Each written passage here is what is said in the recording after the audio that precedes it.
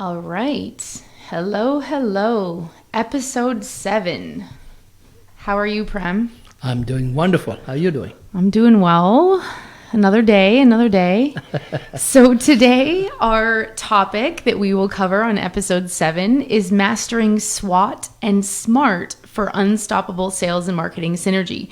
So we will have 2 parts to this. Right. So this will be part 1 where we're going to cover SWOT analysis. Absolutely. And then next episode in 2 weeks from now, a month from now, actually, we will then cover SMART because we usually do an interview on the next one, every second one. But let's introduce ourselves first for those of you who are only listening for the first time. My name is Desiree Halleck. I am the owner of Clarence Services, which is a digital marketing agency. We've been around for about 5 years now. And I started my career in neuroscience. I am from Canada. And so we made our way across the continent to New Jersey now. And this is where I started my business, where I really wanted to serve the community. Right now, we're best known for the Webinar Bee, which is helping professionals present a webinar without worrying about the headaches of the logistics, setting up the webinar and promoting the webinar, which for those of you who have done webinars before, it's a lot of work. And so we help business owners with that. And all you really do is show up on the day of. And we are always looking for more clients. So if any of you are interested, let me know. Prem, how about you? Thank you, Desiree. Good morning, everybody. As Desiree said, Prem Kumar. I own a boutique strategic consulting firm called Efficacious Consulting, which I started about 8 years ago.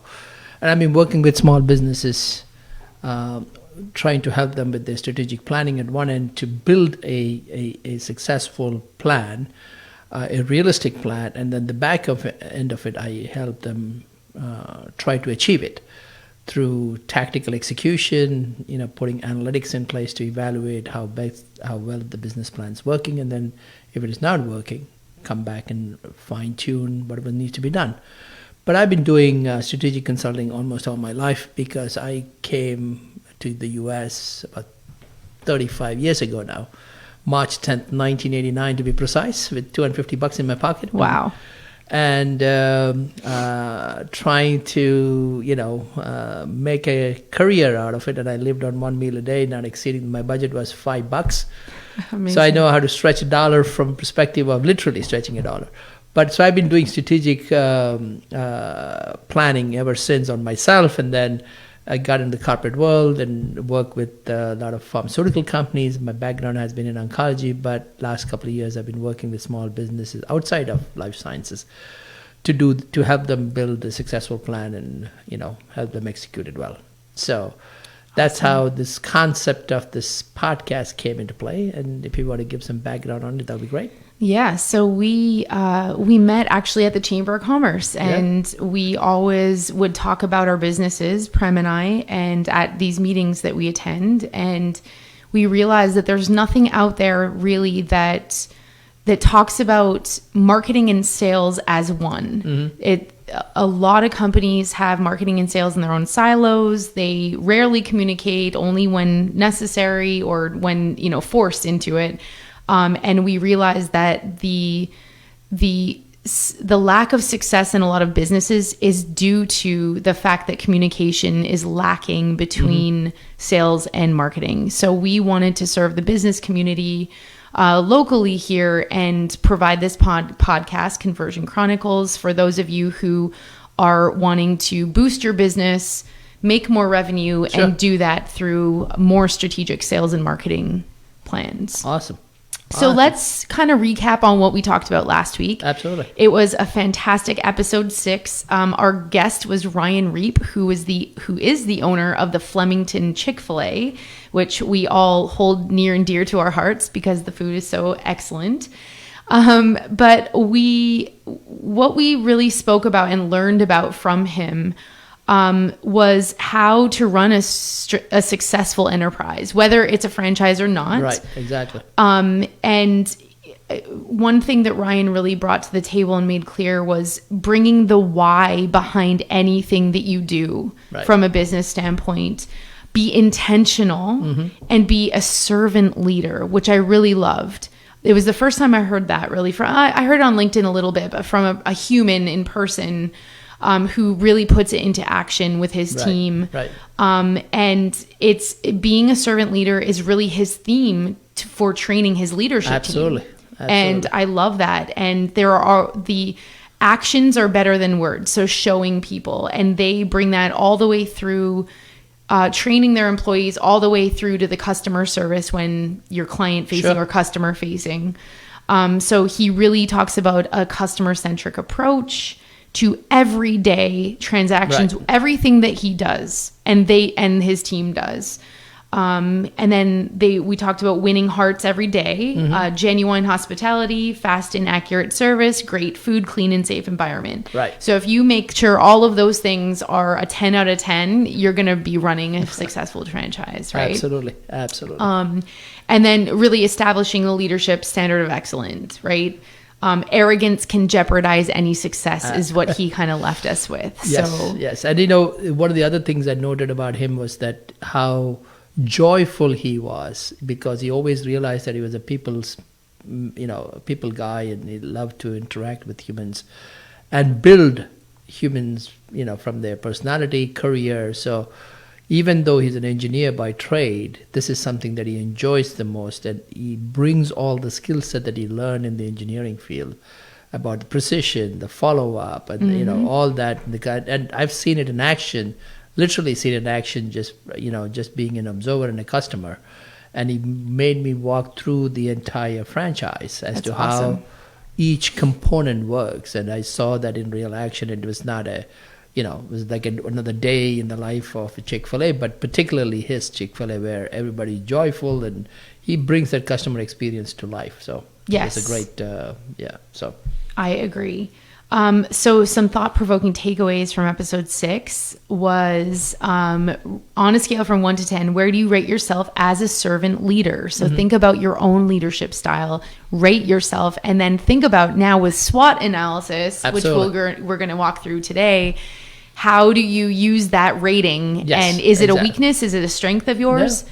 And then another scale from 1 to 10, where do you rank yourself on customer-centric approach, right? Because in this day and age, if you're not making your clients or customers happy, you probably don't have a successful business, right? Because you're not going to retain them. You're not going to find new ones. Right. So rate yourself on that, and then keep that in mind when we're walking through this SWOT analysis. Yep, absolutely.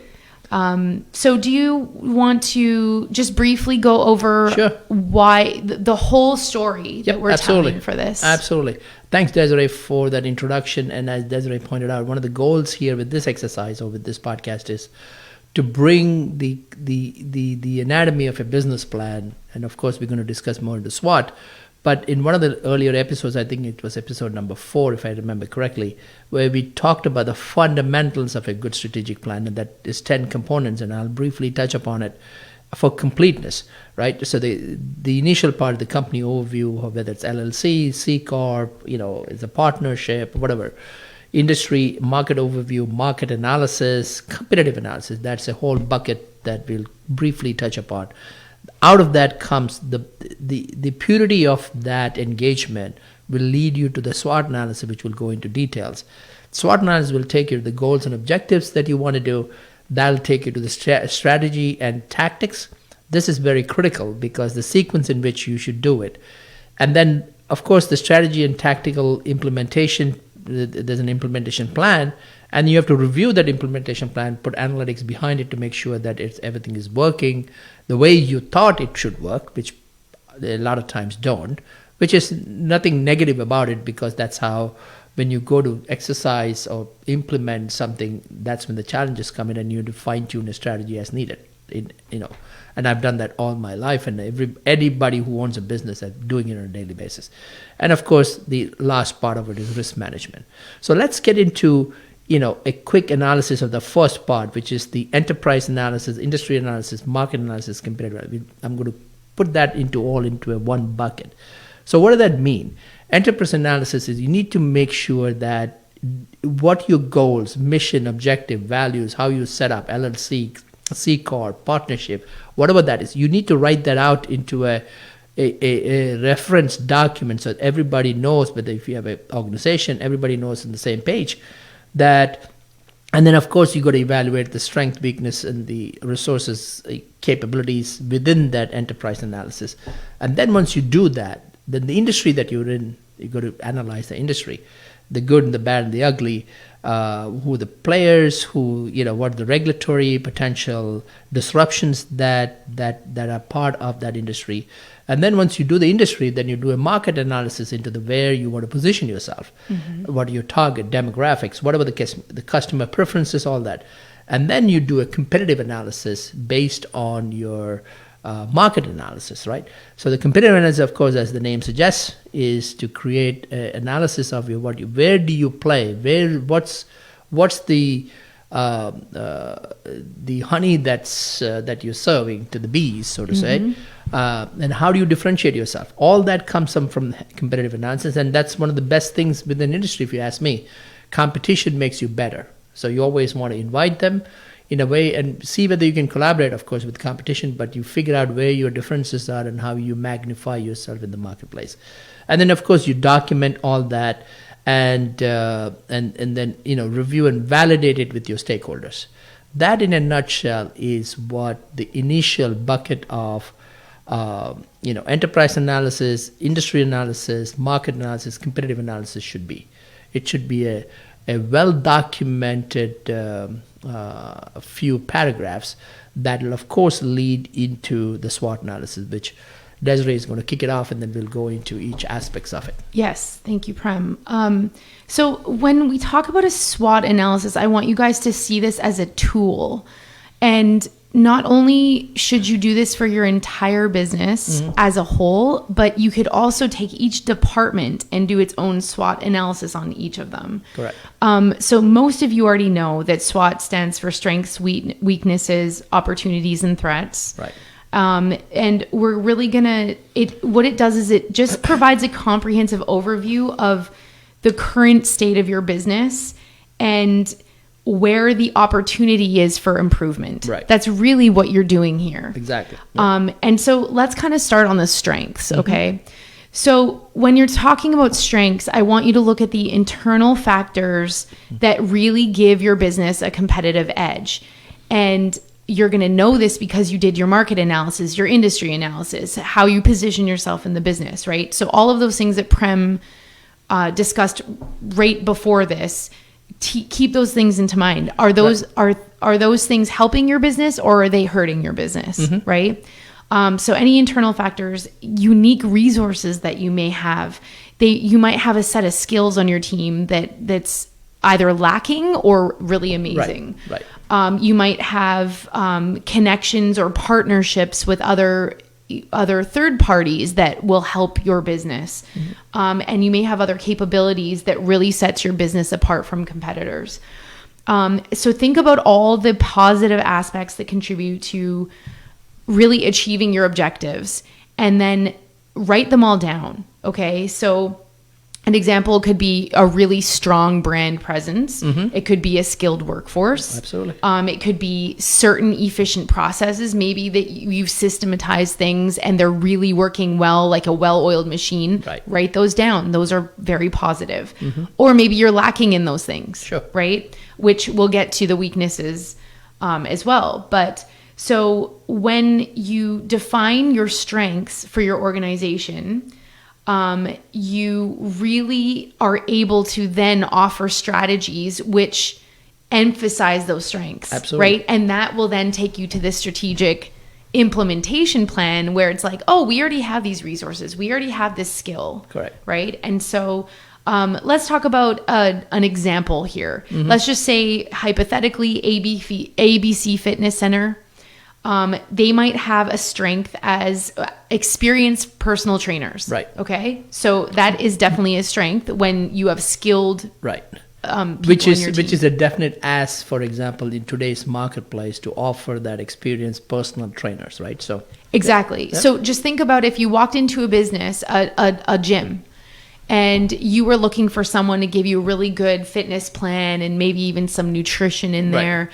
and you're speaking to people who are in their first year of their career versus someone who's been doing it for 10 to 15 years. Absolutely. Right? So strength versus a weakness, right? We'll get into the weaknesses, but focus on the strengths right now.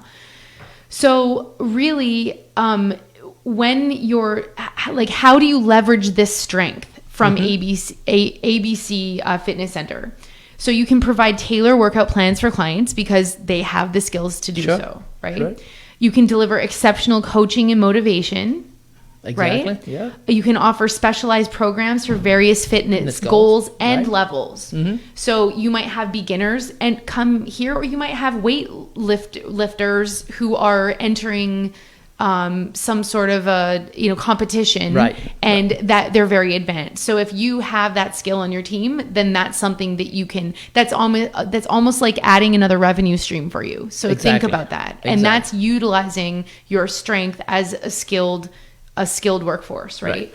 So essentially, Desiree, what you're saying is that you can outline your strengths, but leveraging is a whole nother ball game altogether. Exactly, because that's where when I spoke about it earlier about the steps of having a successful plan. The implementation plan is very critical to the strategic plan. So how do you align the strategic plan to the implementation plan is leveraging each of these points.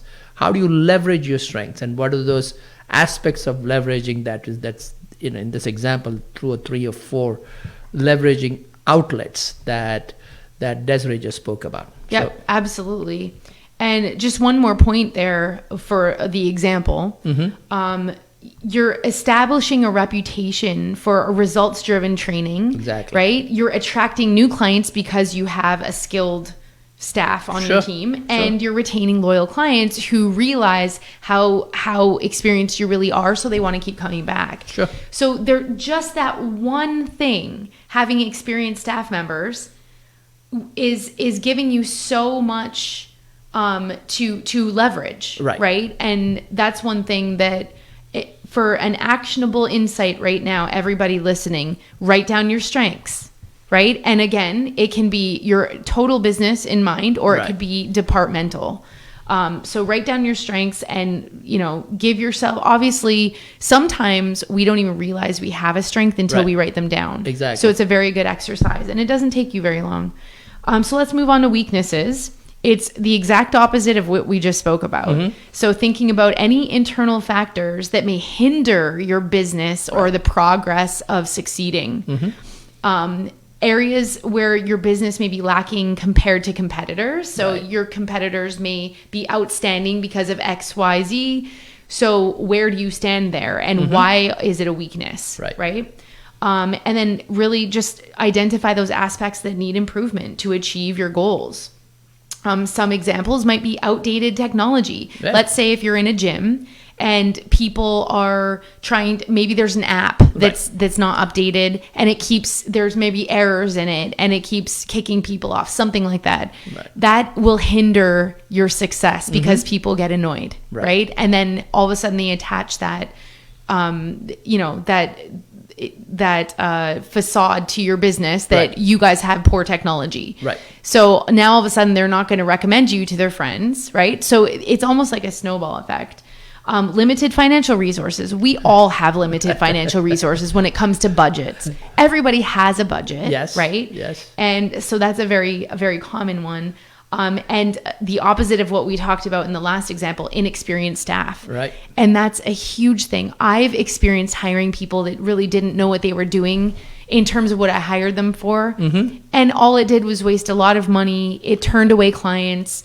It's amazing how much that can hurt your business, right? When you have an experienced staff. But that then goes to training, which is a whole other, ball game. So addressing your weaknesses. So define the weaknesses as internal factors that hinder your performance for your organization, or whether or not you're competitive. Discuss the importance of acknowledging and addressing these weaknesses in your strategic planning sessions with your team. Make sure everybody is aware of these weaknesses, because if you're unaware of them, they're never going to get fixed. And again, the reason why you should be writing this stuff down. And provide examples of how companies have identified and mitigated their weaknesses in your industry. Yes, right? exactly. so that your team can visualize and say, oh, we can do that. We can fix this. And this is going to help you improve your overall performance. So let's talk about an example. Let's go back to ABC Fitness Center, where their weakness is that they have a limited marketing budget. Right. But despite this limited marketing budget, you can still market yourself. Absolutely. You just have to be strategic. You have to be smart about it. And you have to be creative. So a way that they have leveraged this for ABC Fitness Center is leveraging free social media platforms, which all of us should be doing anyway. Right. Whether or not you have a budget, social media is free to have a presence on. And it depends what you do with the tool, right? Exactly. The tool can be there all day long, but if you're not using it, it's not going to be effective. Yeah, and I'll put in a word of caution about social media. As Desiree said, it is a great tool, but if you misuse it, it's a worse tool. Yeah. Right. So those are some of the, talked about weaknesses and how you leverage the weakness into an advantage and add to your strength bucket is maximizing your social media presence. Definitely. And there's a whole plan that you can do a whole SWOT analysis on just that. Just social media. Right. Absolutely. Exactly. So. Cultivating strong word of mouth referrals. Right.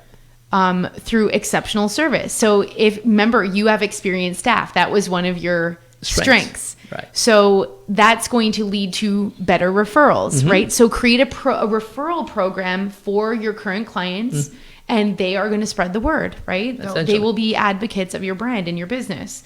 Partner with local businesses. This is free, everybody. So if you're a gym, go to a local nutrition center, right? Or any type of maybe health food store. Yeah. And Absolutely. you can trade marketing material. You can post on their social media. You can, hashtag or, tag them in your posts. There's so many different things you can do with a rehab partnerships. center, sports exactly, rehab occupational center. therapy, all that. Exactly. Yep. All those are, collaborative avenues that you can go. Yep, absolutely. Focusing on targeted advertising to reach the most relevant audience. So remember, and this is always my favorite thing when I'm talking to my clients. One of the first things I ask my clients is, who is your target audience? And I love it when people say everyone, because that's never, ever, ever, ever the case. Right. It doesn't matter if you're selling diapers, coffee, cars. It doesn't matter what you're selling. You have a target audience. You just have to think about it and write it down. Right. Exactly. So know your target audience, and your marketing is going to be a lot more effective. Prioritizing customer retention programs and loyalty programs, right? When you maybe get a haircut and you get a star, or you get the business card on the back and there's like 10 stars. And if you get 10 haircuts, then you get a free one type thing. So easy to do that, right? That is not an expensive thing to do. It just takes some strategy, some planning and implementing, right? But again, very low budget, all of these things. And so really by creatively addressing the weakness, which is the budget, this company can really maximize its outreach and competitiveness just by being smart about it. Right? Exactly. So Prem, let's discuss opportunities and threats. Right. And run us through that. Absolutely. So as Desiree discussed, the strength and the weaknesses, which is part of the SWOT analysis, I'll definitely go into the opportunities. But what we're trying to do here is to understand these elements of the SWOT analysis, but how do you leverage each of these elements so that you can maximize, in this particular case, the strength by reversing some of the weaknesses that you have. And all of us do have that. So we're trying to thread these actionable items through these examples of ABC Fitness Center, and that could be applied to any business that's out there. So let's talk about opportunities, right? Opportunities are external factors. Desiree talked about the weaknesses that is internal. Opportunities are external that the business can capitalize on for growth, right? Emerging trends, market changes, new technologies. In this particular case, the ABC, which we'll go into in a few minutes, could be that there's a competitive gym that is closing, or whatever the case may be. Areas that business could grow. Like, for example, there's a growing market trend. New companies have come in, technological advancements, but to Desiree's point about creating an app, all those are opportunity. Now the question becomes, how do you leverage them? You define these opportunities, external factors can be positively, how can be positively impact the organizational growth. Identify them, prioritize them, because you don't want to do everything. Yes. You don't want to boil the ocean, so to say. One thing at a right? time. One thing at a time. Offer insights into how the organization capitalize on these opportunities. Have a discussion with all the stakeholders. Align on what the prioritization is. And if you take the ABC example, as we were going through, opportunities growing health and wellness trend, right? Because of what the industry now is. Everybody is on a health tech.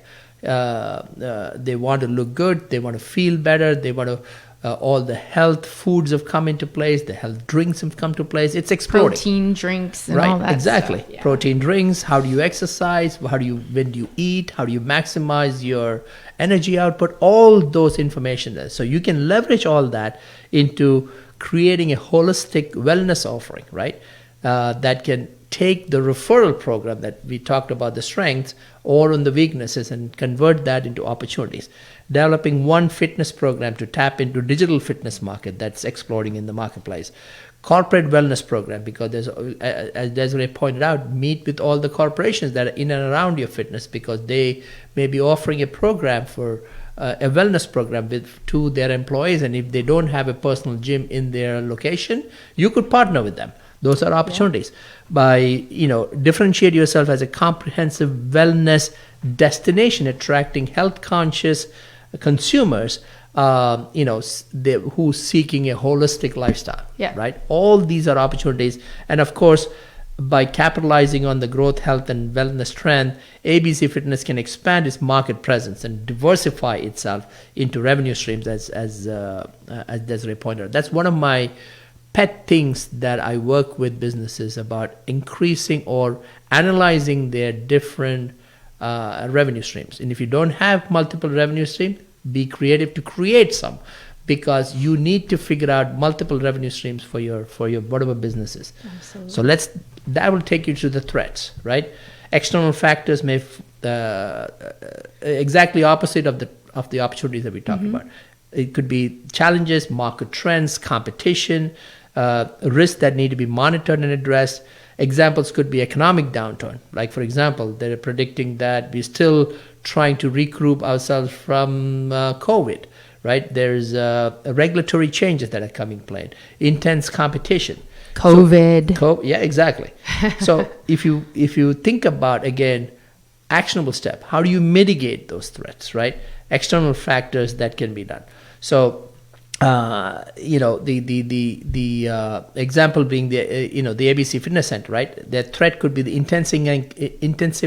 intensive competition from boutique gyms, because they're propping up all over the place, as a great example, right? So differentiate yourself. How they can mitigate is differentiate yourself into personalized customer service, which is one of your strengths, as we pointed out earlier.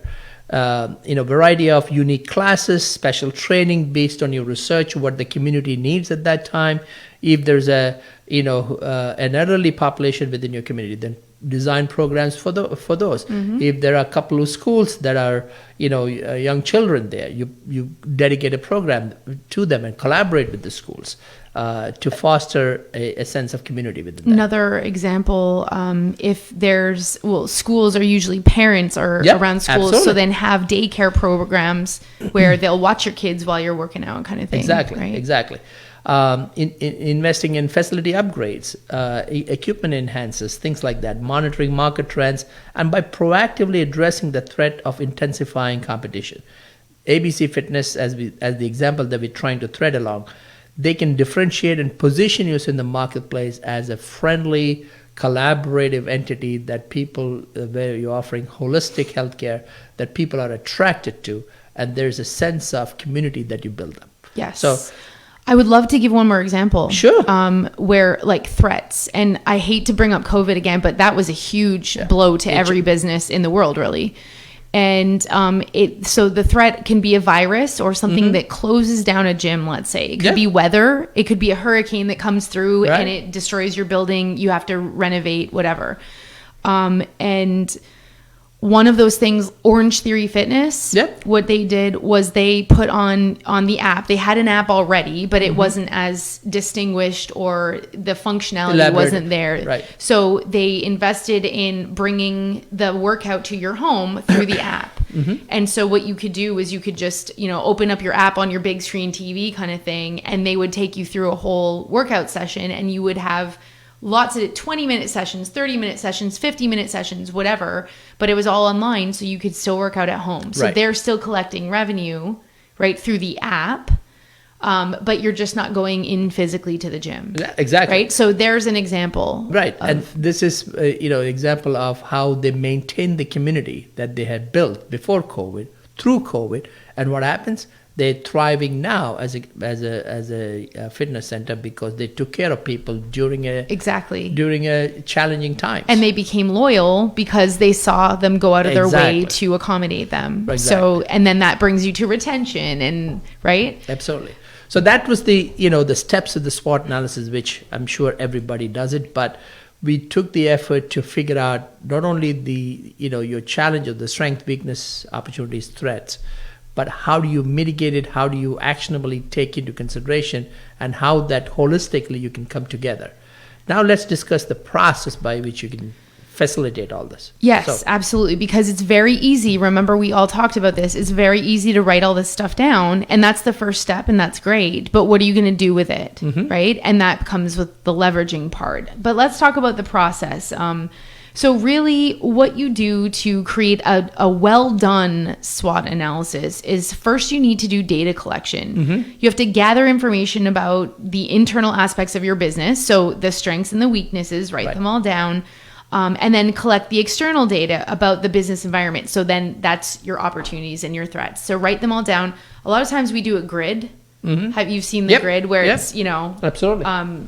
You have 4 different quadrants, and you write them down there. Then you want to it's the identification and listing, just meaning jotting it down. Okay. So list all the internal strengths and weaknesses in this grid.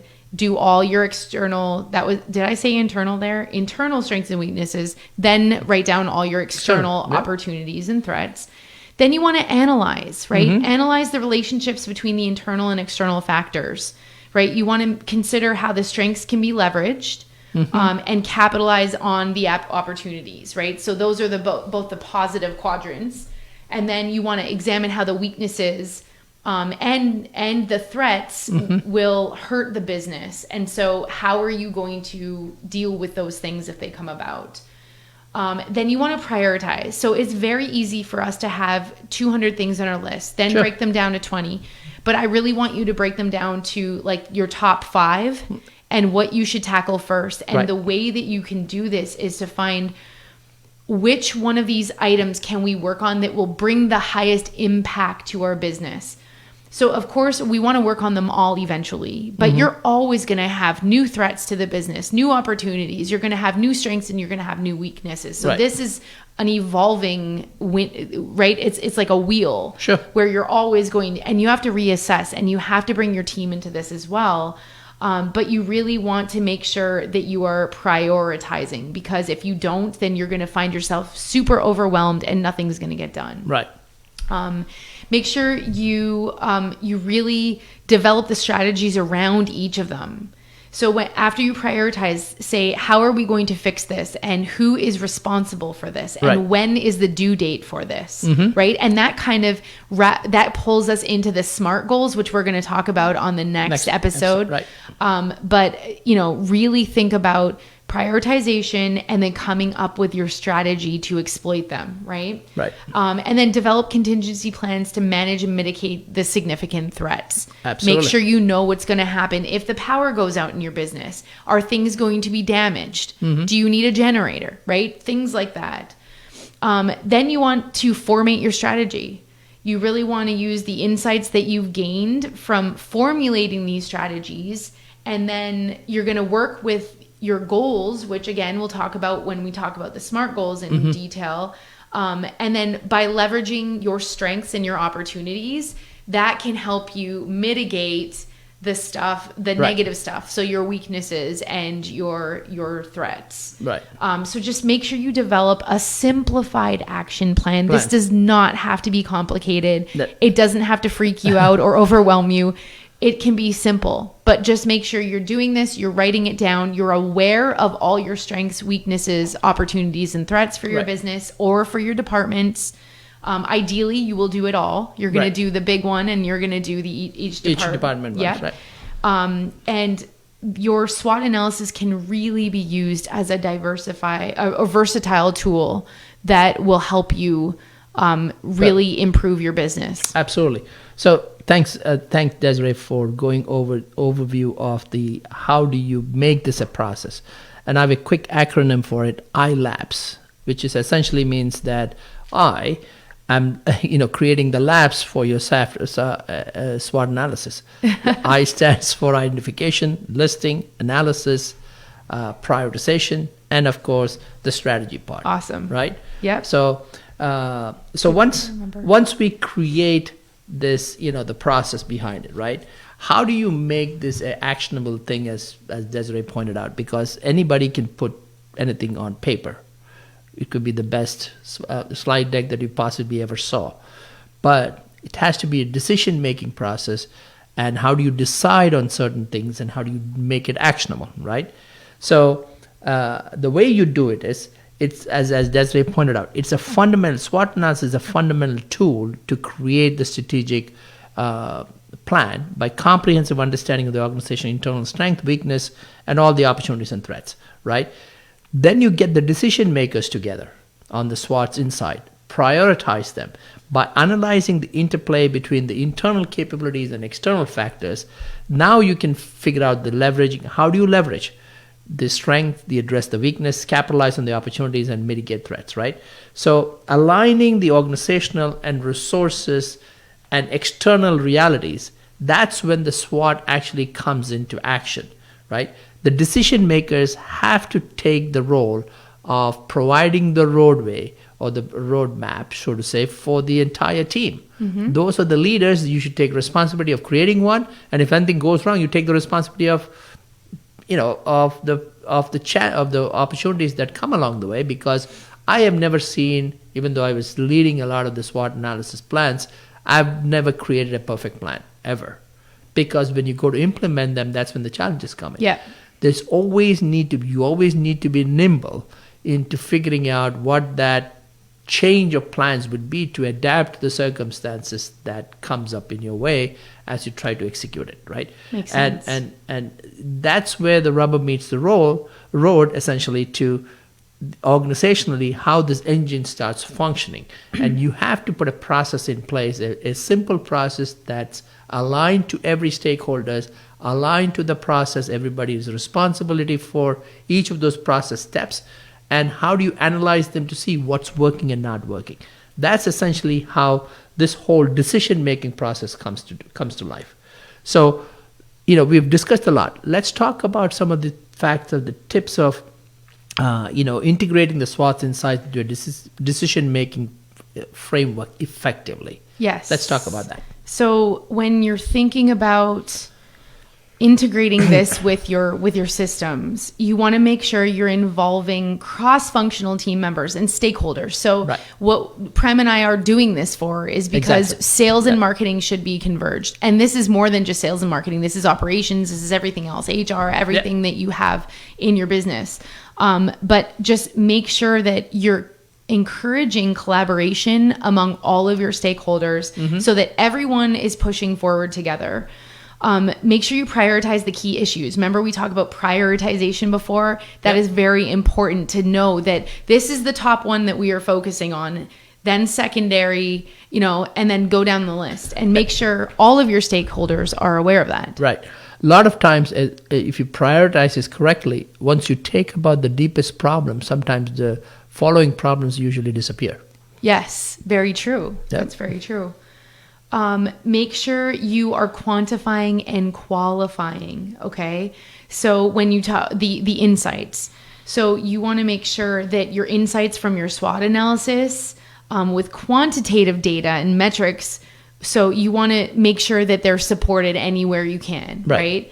And then make sure that you do scenario planning. So I always like to see this as plan A and plan B. Yep, so what if plan A doesn't work? So what if this issue happens, a threat or a weakness? Plan A didn't work, so what do we do? So it's good to kind of plan out these scenarios with your team and make sure that everybody knows what to do if plan A doesn't work. Right. Always regularly review and update your SWOT analysis because, again, like we said earlier, things are always changing. You have to adapt to the environment. You have to adapt to your team. You have to adapt to everything that's coming your way. And like you said, you're never going to create a perfect SWOT. You have to just keep revisiting. Right.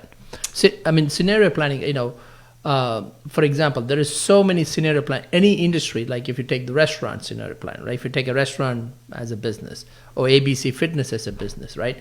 You need to you need to plan for scenarios. Scenarios could be there is a power outage that's going to take weeks to repair, which means that there's no gym functioning, right? That could be a scenario. And go back to the apps that Desiree discussed. Now you have to have a plan B to make sure that all your membership take advantage of the apps so that your continuum of your community that you wanted to create as a business owner continues on in this scenario, right? Absolutely. So when you create the scenario plan, again, you're not going to think about every scenario that could come across, because otherwise you'd be a very wealthy fortune teller that can forecast what's happening tomorrow. But whatever is within your capacity, like for a restaurant owner, scenario planning, what happens, the power outage goes and I have all this refrigerated food that needs to be taken care of. Yes. The scenario planning is you need to have a generator, right? So things like that, that's what scenario planning, which is very critical to that whole process. So. And also with the ABC Fitness Center, just an example. So your strength was that you had very experienced staff members. There you go. What if one of those staff members gets sick or maybe breaks a leg? Yeah. Right? They no longer now can either work or maybe they're very limited in what they can do. Right. So how are you going to mitigate that and continue what you're offering? Exactly, because your brand is all about the experienced staff. Right. How do you replace that person, or what do you do? Right. Yeah. Another thing is, what if your clients at the gym get hurt? Do you have a revenue stream that will take care of them? Do you have an alternative approach to maybe people who are healing? Right? After an injury. Sure. So there's a lot of things to think about. And like you said, you can't think of them all, but come up with the most common ones that may happen in your industry. Exactly. And finally, just make sure before you sit down and create your strategic plan that your SWOT analysis has been conducted and it's sitting next to you while you are creating that plan. It's going to help you with direction. It will help you with the success and the progress with your company. Absolutely. And just make sure you share it with everybody. That's awesome.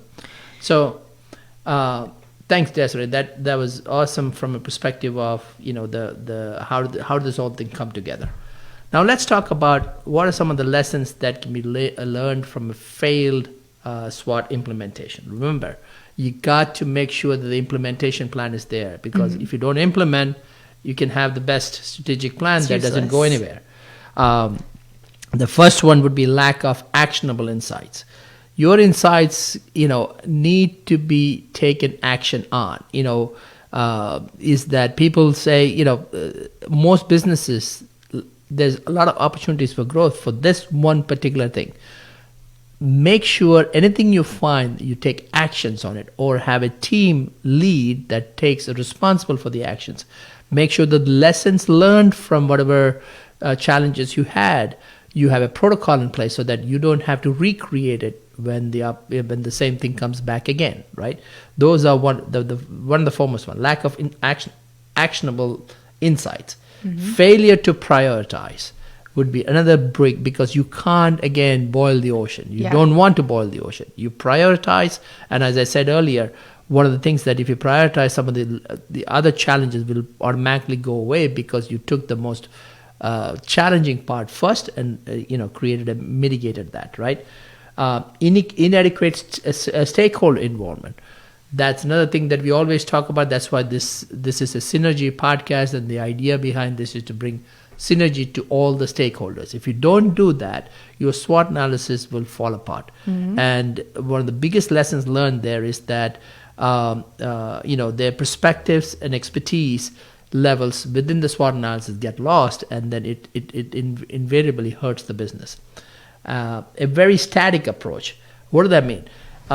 It's a one-time exercise. It never gets looked upon again. And then next year again, you reopen and you did nothing with it.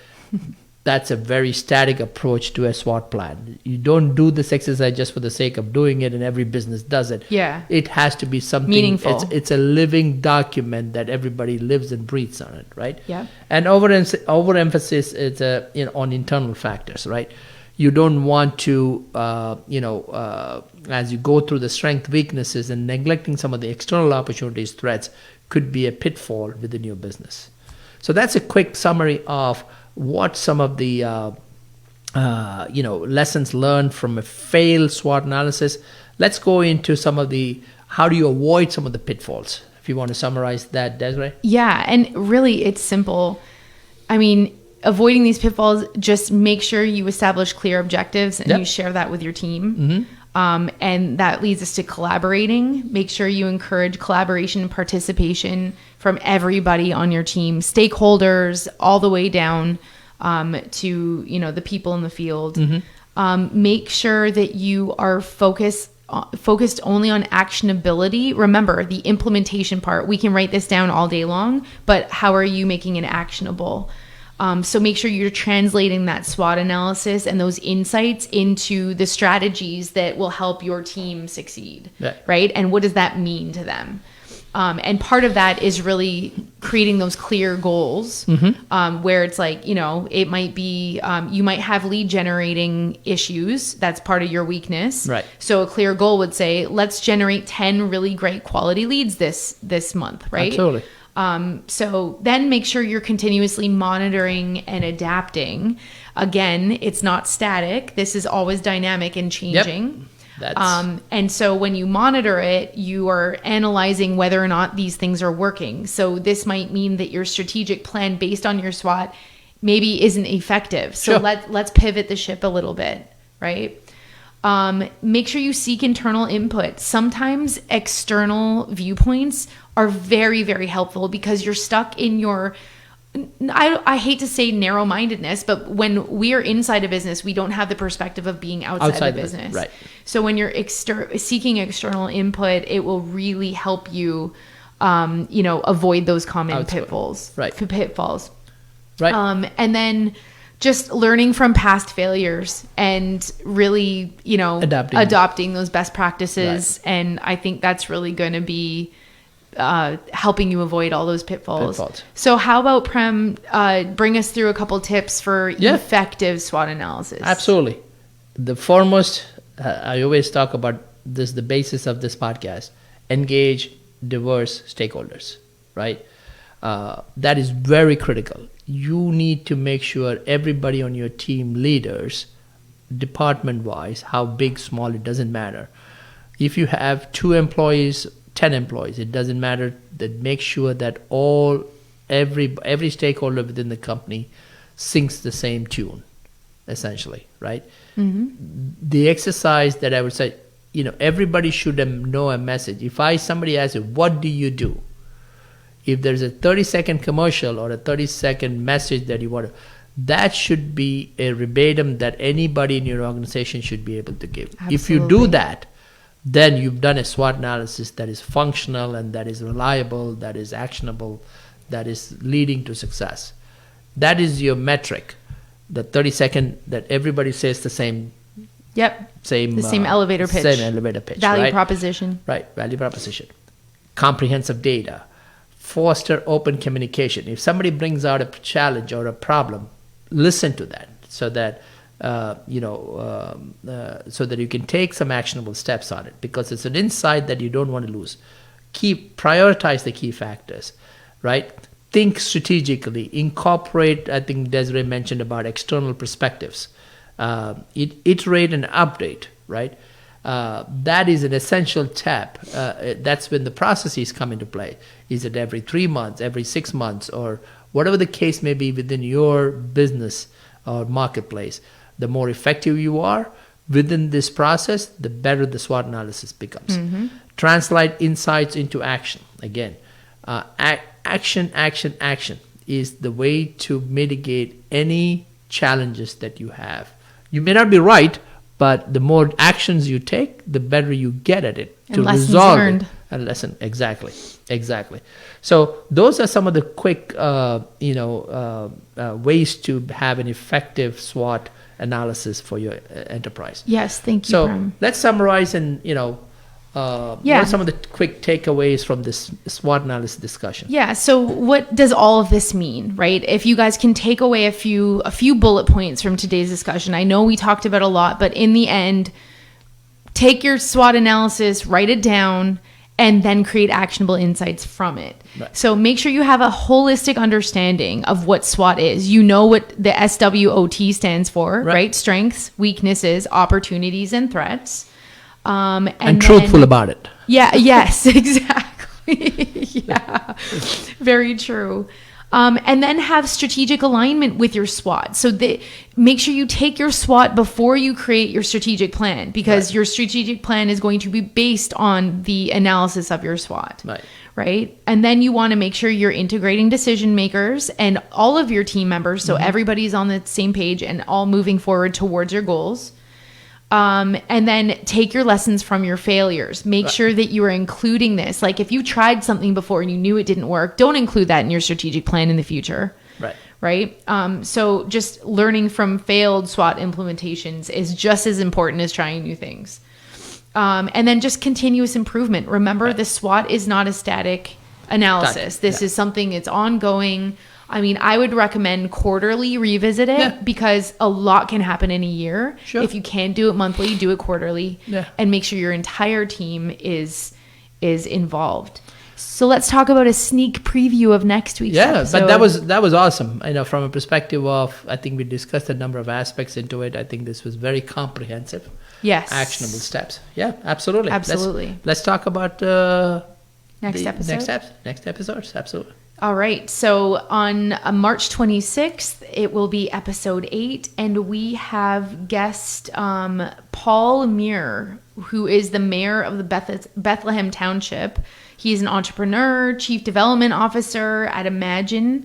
And that's the Center for Coping with Loss. So we are extremely excited to interview him and take away some of his insights from SWOT analysis, actually. Right? Because he runs a number of businesses, and he's, we'll be interviewing him about his SWOT analysis and how he's done over the years and succeeded in doing them, and take some lessons from that. So I'm sure it'll be awesome. So, and for everybody here, please subscribe to our podcast. We are always live on Facebook. And so our podcasts are archived on our Facebook page, Conversion Chronicles. You can also find us on LinkedIn. Our website is www.conversionchronicle.com without the S on the end. And you can sign up for our newsletter. And all we do is really send you just the list of the upcoming episodes for that. And we are on Spotify. So all of our archived podcasts are now on Spotify. So you can find them there. We will start promoting that soon once we get a few more. But just make sure you like us, subscribe, and please comment. Let us know what you want to hear from us.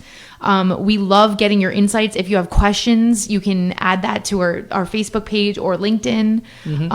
You can even fill out a form on our website and you can ask us questions there. So thank you so much for listening, everybody. We are excited for episode 8 coming up in 2 weeks. And thank you very much. Thank you, Prem. Thank you. This was awesome. Absolutely. Thank you, guys.